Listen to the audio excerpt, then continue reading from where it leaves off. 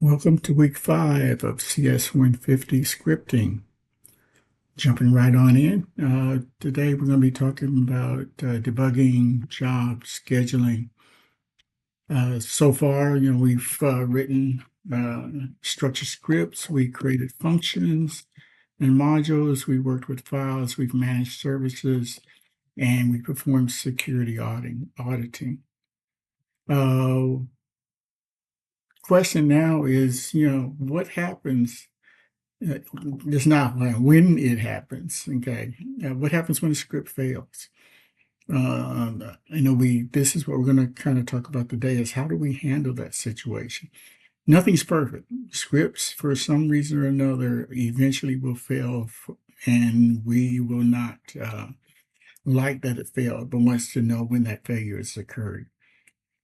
So here we're talking about what happened if it runs unattendedly, or unexpectedly, okay, at 2 a.m.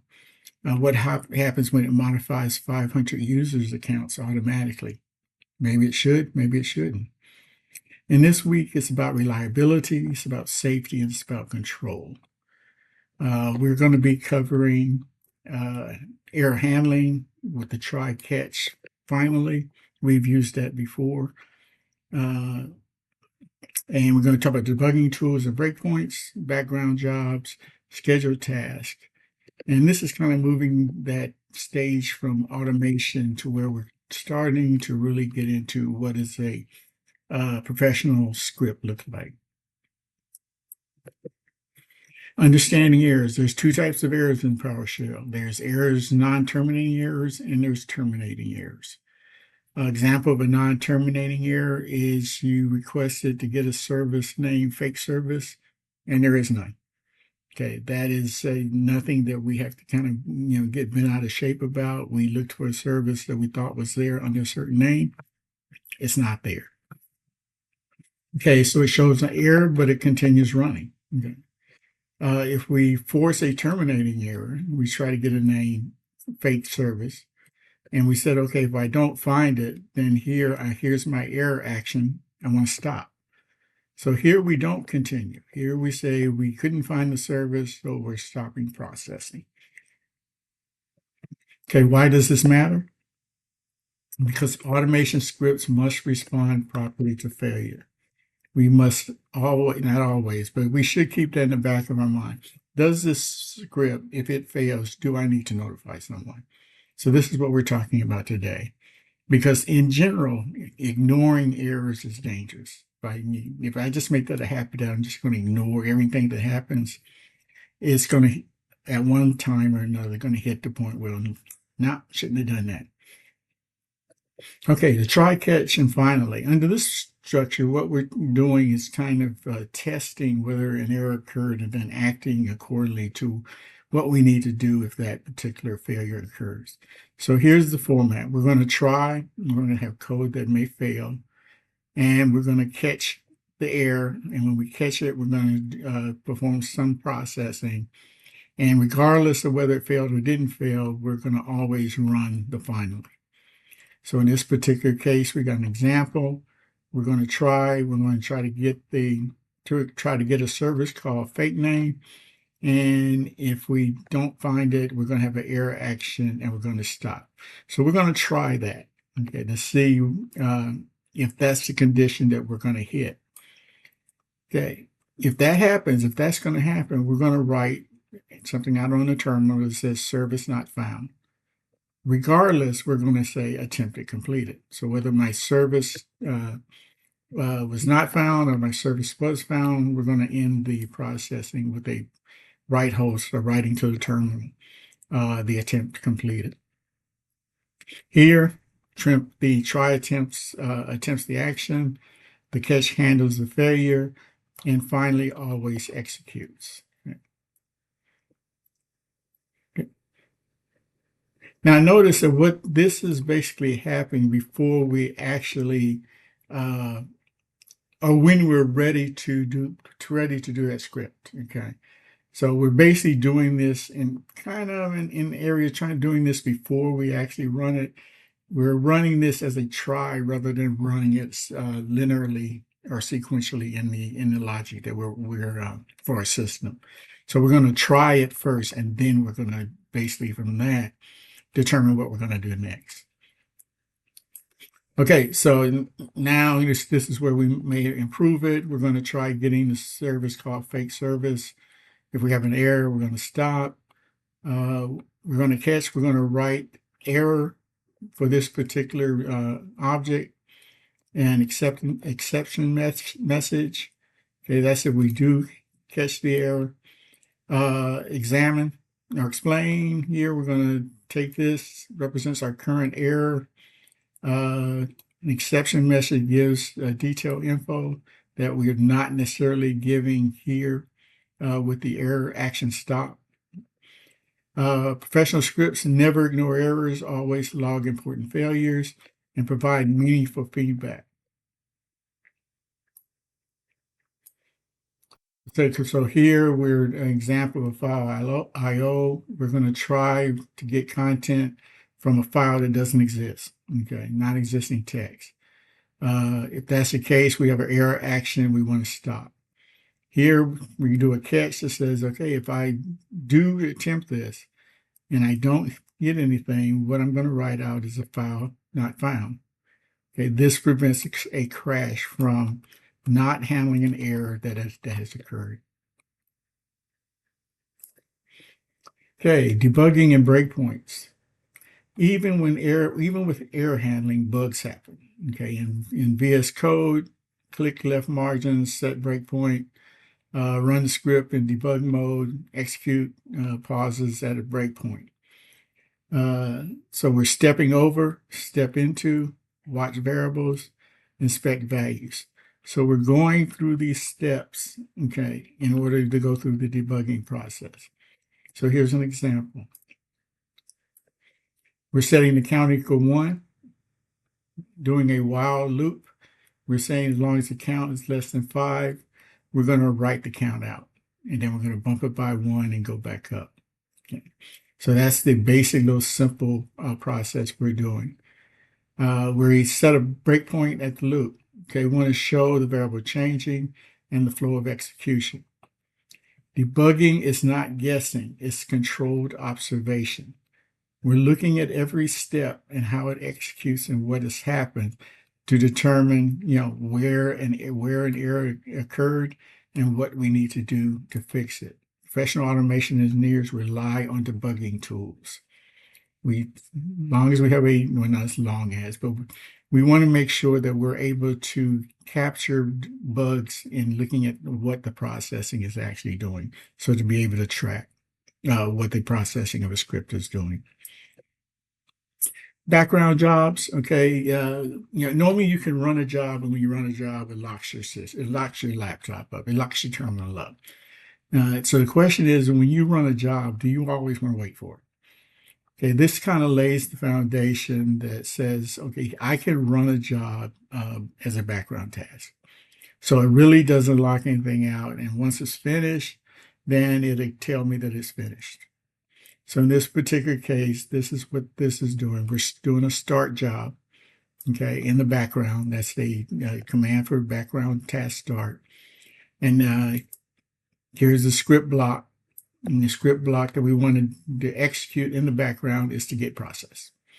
Okay, so that's what we want to do. We want to start a job that basically gets the process.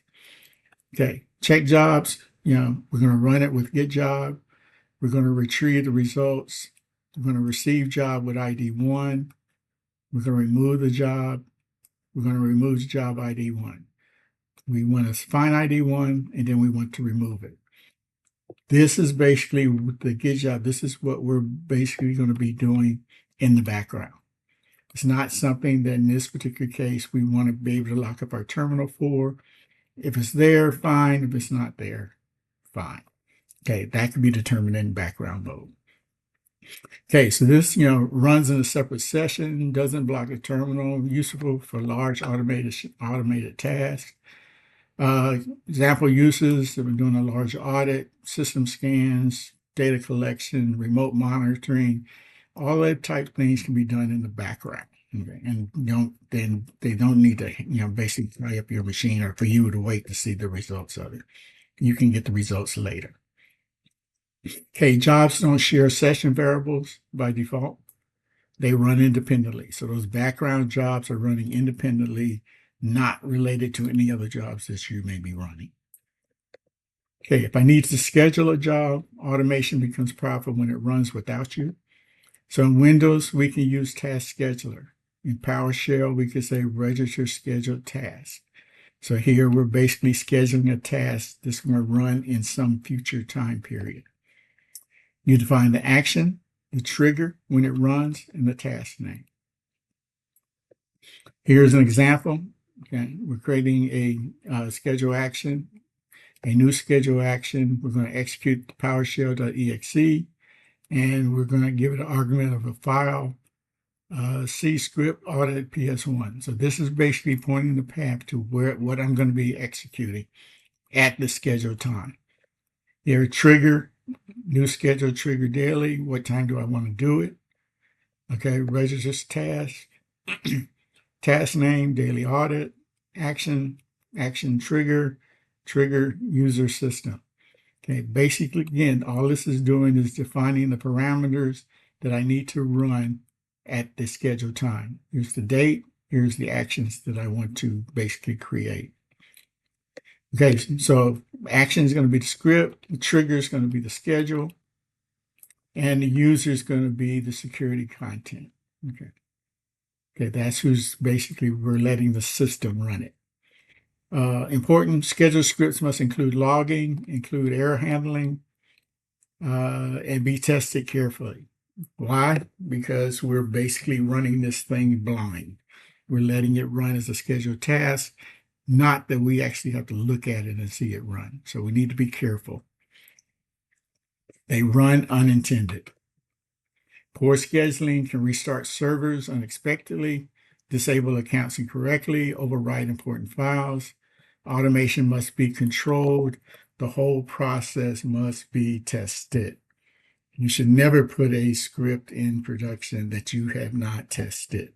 Everything needs to be tested to make sure that it's producing results that you want it to produce.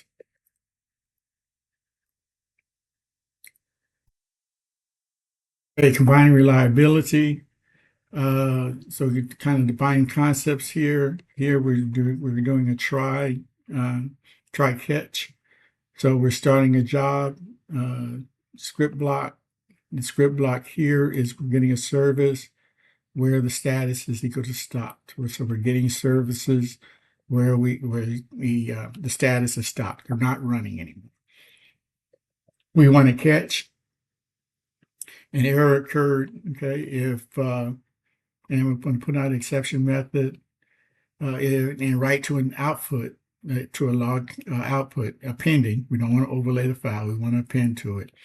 But anytime this occurs that where we do have a service that was stopped, we're going to put a log entry into the error log. Okay, we're going to append it to the end.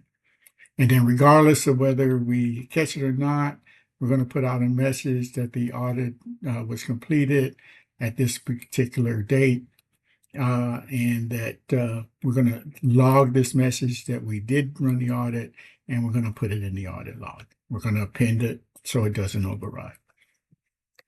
Okay, so here this runs in background mode, handles errors, logs results. The key thing is we're logging things that have stopped, services that are stopped for some reason, and we're putting those in error log. We don't need to run those real time. Not in real time, but we don't need for us to lock up our terminal as this runs. Okay. We don't need to do that. We can run it in the background and then check the report in the morning or at night or whatever that designated time is. But logging it is imperative.